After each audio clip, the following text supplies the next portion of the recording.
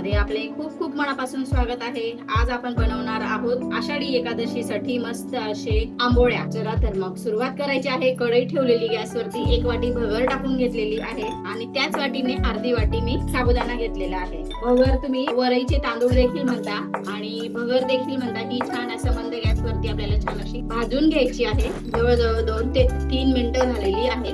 छान असं भाजला गेलेला आहे साबुदाणा आणि भगर। गॅस बंद करूया आणि हे आपल्याला गार करून घ्यायचं आहे। मिश्रण आपण आता या मिक्सरच्या भांड्यात टाकून घेऊया।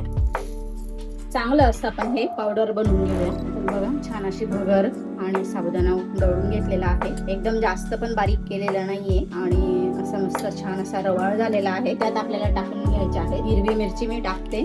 तुम्ही वरून कापून पण टाकू शकता, पण मी ही दळून घेणार आहे। तिखट तुम्ही कमी जास्त तुमच्या अंदाजानुसार करू शकता। दही घालते अर्धी वाटी आणि त्याच वाटीने आपल्याला 1 वाटीभर पाणी घालायचं। आता परत आपण छान असे हे फिरून घेऊया। मिश्रण मी छान असं दळून घेतलंय, बघू शकता तुम्ही। हे बघा थोडंसं पाणी आणखीन लागेल आपल्याला एका बाउल मध्ये काढून घ्यायचं आहे हे मिश्रण। हे बघा मस्त आपण हे वाटून घेतलेलं आहे, छान अशी पेस्ट तयार झालेली आहे। आता आपल्याला यात सर्व साहित्य टाकून घ्यायचं आहे। शेंगदाण्याचा कूट, जाडसर असा शेंगदाण्याचा कूट घेतलाय। मोठ्या आकाराचा 1 बटाटा आहे, तो देखील मी छान असा किसून घेतलेला आहे, तो टाकून घ्यायचा आहे। आता आपल्याला टाकून घ्यायचं आहे चवीनुसार मीठ। आता छान असं मिक्स करून घेऊया। मिश्रण थोडंसं घट्ट आहे, त्यामुळे थोडं मी पाणी घालणार आहे, अगदी 2 ते 3 चमचे। मिश्रण माझं मिक्सरच्या भांड्याला लागलं होतं, मिक्स करून घेऊया। आणि आता हे मिश्रण आपण हे जवळजवळ 10 ते 12 मिनिटांसाठी बाजूला ठेवून घेऊया आणि छान अशा आंबोळ्यांसाठी आपल्याला खायला लागणार आहे ती चटणी बनवून घेऊया।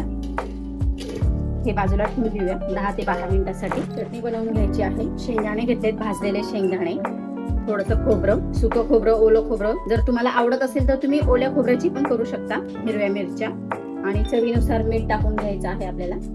1 ते 2 चमचे भरून मी दही टाकून घेतलेलं आहे। आता आपल्याला छान ही असं चटणी बनवून घ्यायची आहे। बघू शकता तुम्ही मस्त अशी ही चटणी बनवून घेतलेली आहे। आता आपण ही चटणी बाजूला ठेवून घेऊया आणि आता लगेचच आंबोळ्या करायला घेऊया। चटणी पण आपली रेडी झालेली आहे। आता हे मिश्रण आपण छान असं मिक्स करून घेऊया परत आणि थोडंसं आपल्याला यात पाणी घालायचं आहे। आधी आपल्याला थोडासा सोडा घालायचा आहे, जवळजवळ अर्धा चमचा मी घेतलाय।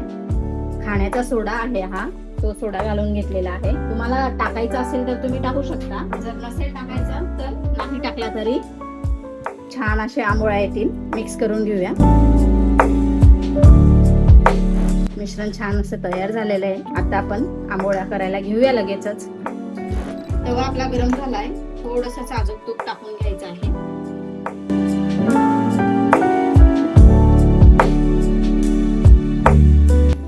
2 मिनिटं आपण झाकण ठेवून घेऊया आणि थोडासा गॅस आपल्याला बारीक करून घ्यायचा आहे। 2 मिनिटं झालेली आहेत आणि बघू शकता तुम्ही छान असा आपल्या हे आंबोळी तयार झालेली आहे। परत आणखीन 2 मिनिटं झाकण ठेवून घेऊया। लुसलुशीत अशा आपल्या ह्या आंबोळ्या तयार झालेल्या आहेत। या पद्धतीने मी अशा या आंबोळ्या करून घेते। तुम्ही अशा पद्धतीने असे छोटे छोटे असे हे पॅनकेक देखील करू शकता। याच्यावर तुम्ही जिरा पावडर, मी थोडीशी लाल मिरची पावडर टाकत आहे। तुम्ही कोथिंबीर खात असाल तर कोथिंबीर देखील टाकू शकता। थोडंसं आपण तूप टाकून घेऊया साजूक। माझ्या रेसिपी कशा वाटतात तुम्हाला कमेंट करून सांगायला विसरू नका आणि जरा कमेंट करत जा आणि व्हिडिओला लाईक पण करत जा। लाईक केल्यामुळे आणि कमेंट केल्यामुळे मला फार छान वाटतं की माझ्या व्हिडिओ तुमच्यापर्यंत पोहोचताय आणि तुम्हाला देखील तेवढ्याच आवडताय त्या व्हिडिओ। आणि मी त्या पद्धतीने मी तुमच्या समोर नवीन नवीन रेसिपीज आणण्याचा प्रयत्न करते, त्यामुळे कमेंट नक्की करा आणि लाईक देखील नक्की करा। बघा छान 2 मिनिटं झालेली आहे, आपण बघून घेऊया।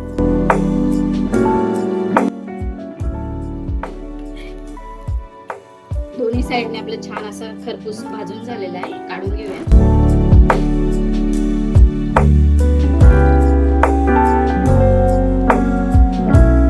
या सोप्या पद्धतीने आपण मऊ लुसलुशीत अशा या आंबोळ्या बनवलेल्या आहेत। तुम्ही एकदा ही रेसिपी नक्की बनवा। रेसिपी कशी वाटली कमेंट करून सांगायला विसरू नका। रेसिपी आवडली असेल तर लाईक करा, शेअर करा आणि सबस्क्राईब केले नसेल तर नक्की सबस्क्राईब करा। भेटूया पुढच्या व्हिडिओमध्ये। धन्यवाद।